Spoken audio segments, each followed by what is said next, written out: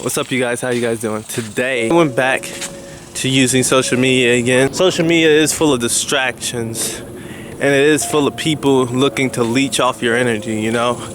Like, there's a lot of people out here that are wanting to leech off your energy. A lot of people try to make depression sometimes a trend. They try to make being sad, being miserable, feeling miserable a trend sometimes. There's people that are actually miserable, and then you got people that act like they're miserable. That's just another way of manipulation. It's another way of getting attention. It's really sad. Like, to get someone's attention, if you have to fake being miserable to get someone's attention, that person isn't for you anyway. You shouldn't have to be miserable for someone to care about you. You know, you shouldn't have to be miserable for someone to love you. You shouldn't have to be miserable for someone to want to stay with you. You know what I mean?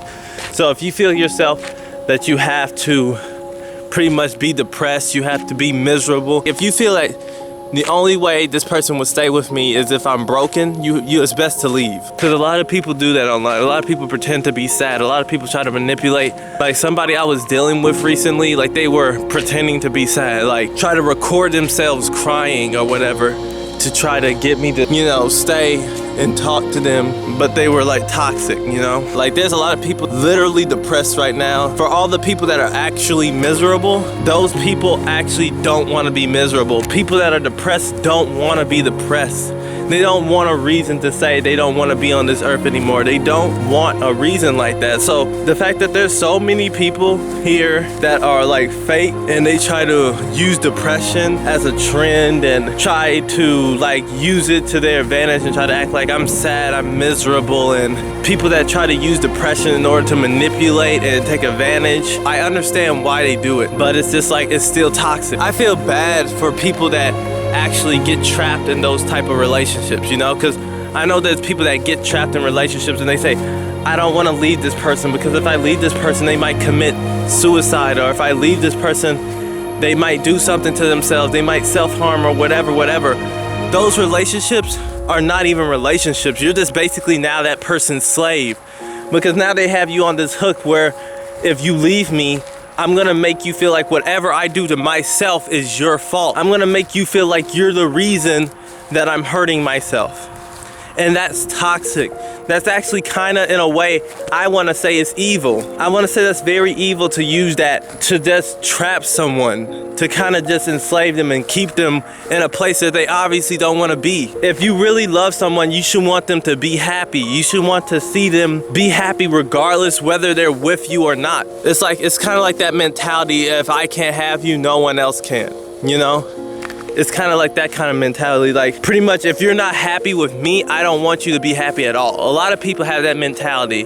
Like, once you leave someone, they don't want to ever see you grow. They don't want to ever see you be happy. They don't hope to see you happy. They don't even care. And there's a lot of people like that. Guys, be careful. Anybody that's going through that, please be careful. You do not want to get in one of those relationships. You're not responsible for someone's self-destruction, okay? They're responsible because you don't support it. If anything, if you really love them, you want to see them in a better way. You don't want to see them broken. There's people that choose hate and choose love, and I'm telling you, choosing hate is only gonna lead to destruction. There is nothing that's coming good out of choosing hate. There is no paradise for that. I just really wanted to share my thoughts on that, really. I know I haven't been posting because I've been trying to socialize with people. I've been trying to like kind of get out there, even though I'm in my house.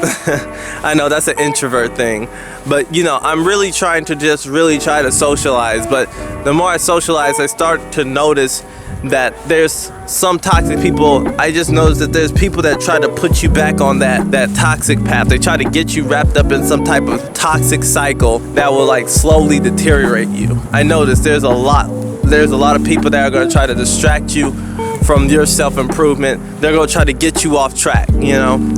So I just want to say, for people dealing with like these toxic, manipulative people that try to enslave you, that try to control you, try to break free. Ask a friend for advice if you need to, and you need the courage or whatever, or the motivation, because I know it could be hard because you literally fear for someone's safety.